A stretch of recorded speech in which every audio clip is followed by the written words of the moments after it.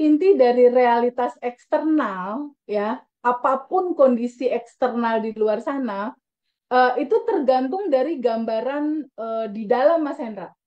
Jadi realita kehidupan kita tuh bagaikan pantulan di cermin gitu. Jadi walaupun realitasnya misalnya di globalnya itu lagi susah, lagi seret, lagi segala macem, tapi kalau daleman diri kitanya itu terus bersyukur, berterima kasih, bahagia, bersyukur, berterima kasih, bahagia, sadar nafas syukur, sending love, sending love, sending love, itu realita kehidupannya nggak ngikutin cerita global tadi, Mas. Soalnya itu Hmm. pernah terjadi, Mas, dalam kehidupan aku. Waktu Iya, iya. corona awal-awal corona, semua income orang-orang itu pada nukik, Mas, terjun semua. Pemasukan turun, semuanya turun.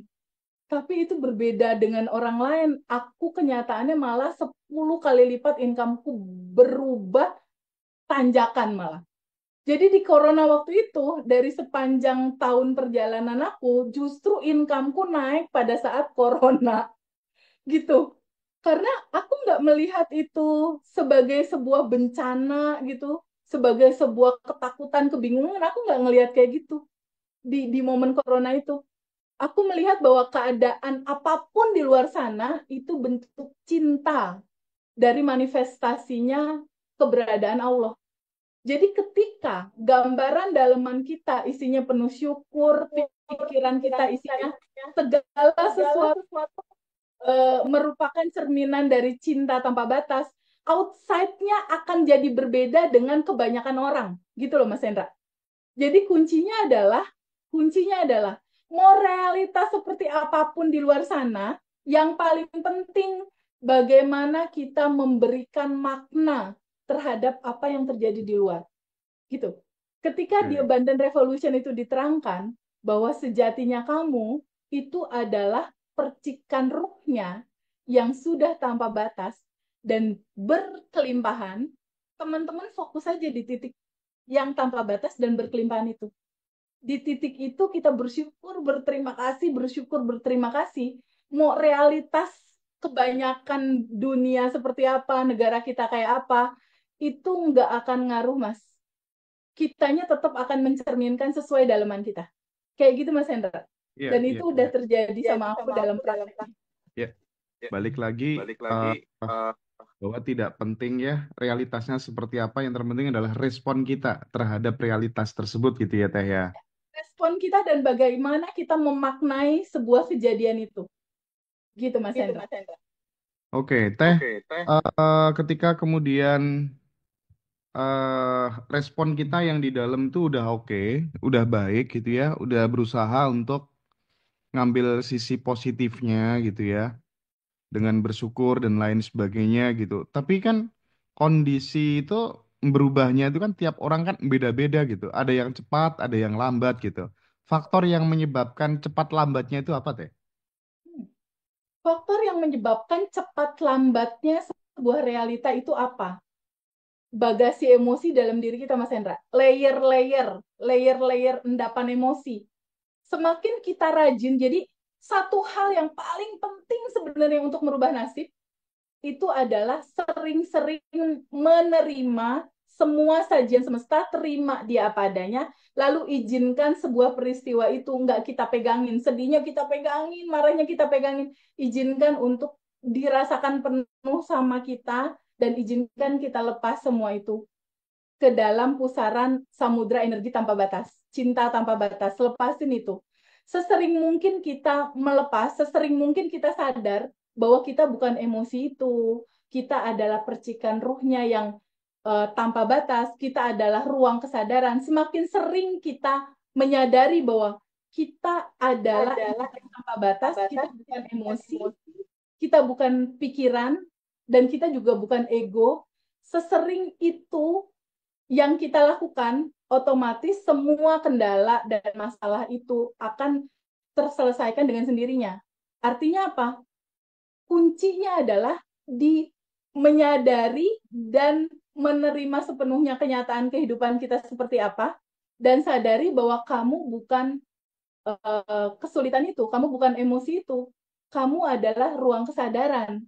Nah, ketika menyadari itu dan Yang kita rasakan dan kita refleksikan hanya terima kasih, bersyukur, bahagia, happy. Berikutnya ada satu lagi indikatornya nih Mas, untuk mempercepat semua proses dan menuju kebaikan, kelimpahan, dan realisasi manifest, yaitu tabungan semesta kita juga harus cukup gitu.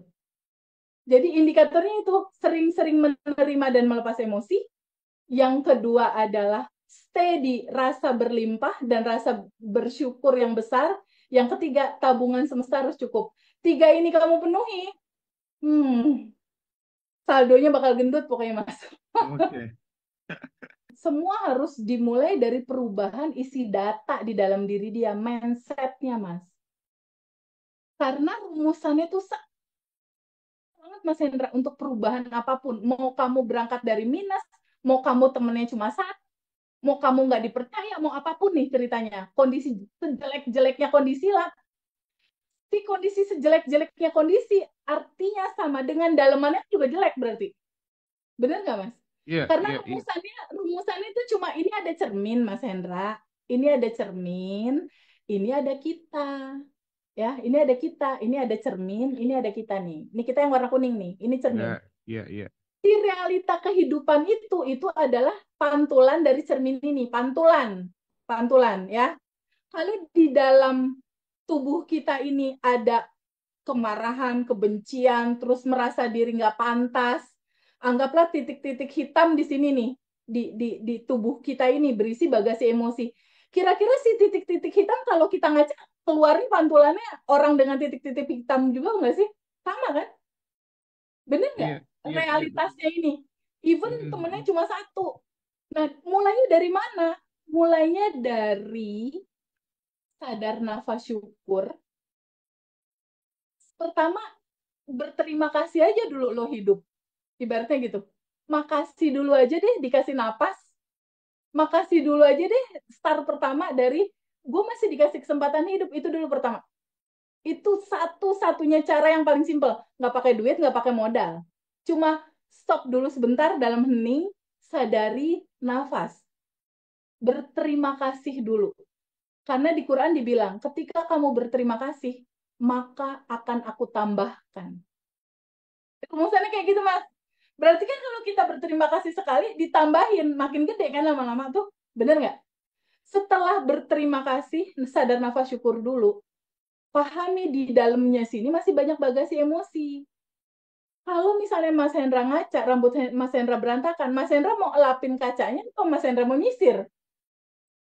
Pasti Jelas. Mas Hendra mau nyisir dong, harus nyisir dong, biar pantulannya juga jadi rapi. Iya, iya. Nah, step kedua setelah bersyukur, yaitu lepasin emosi-emosinya dengan cara apa? Terima kenyataannya bahwa hidup lo kayak gitu. Terima aja dulu. Temen lo sedikit, lo dibenci, lo nggak dipercaya, lo pernah punya dosa, lo pernah bermasalah, pernah melakukan sesuatu yang jelek, terima aja dulu itu. Terima, sadari penuh, sampai si rasa penyesalan, ketakutan, kekhawatirannya itu masuk ke dalam hati. Karena core inti dari kesedihan, core inti dari ketakutan, core inti dari rasa bersalah yang sangat gitu ya, kesedihan, ketakutan, kebingungan, kekhawatiran, inti core-nya itu cinta Mas sebetulnya. Jadi ada pesan di balik sedih dan lain-lain. Ketika itu udah dirasakan penuh, data ini udah bersih, berikutnya quantum jamming apa yang kamu mau. Aku mau dapat pekerjaan. Just make a video in your mind aja, buat video dalam pikiran, masa depan apa yang kamu mau. Itu sebenarnya sebulan ngerjain itu juga beres, Mas. Berdasarkan teman-teman gitu, kayak kisahnya Bu Ira kan posisi minus ya. Iya, Rumah iya. mau disita kan. Terus anak-anak belum pada mapan pekerjaan, situasi didatengin debt kolektor yang nggak berhenti-berhenti, sampai pada akhirnya kepikir untuk bunuh diri kan. Itu kan kok posisi minus, Mas. Yang dilakukan apa sama Ibu Ita? Yang tadi itu, sadar nafas syukur, lalu menerima dan melepas, quantum jam. Ketika itu dilakukan, lalu semesta akan berkonspirasi, Mas. Merubah Hmm. realitanya. Oke, oke, oke. Kayak gitu cara kerjanya. Iya, iya, Jadi iya. mau berangkat dari minus sekalipun, materi ini akan sangat bisa untuk dipraktekkan. Ya,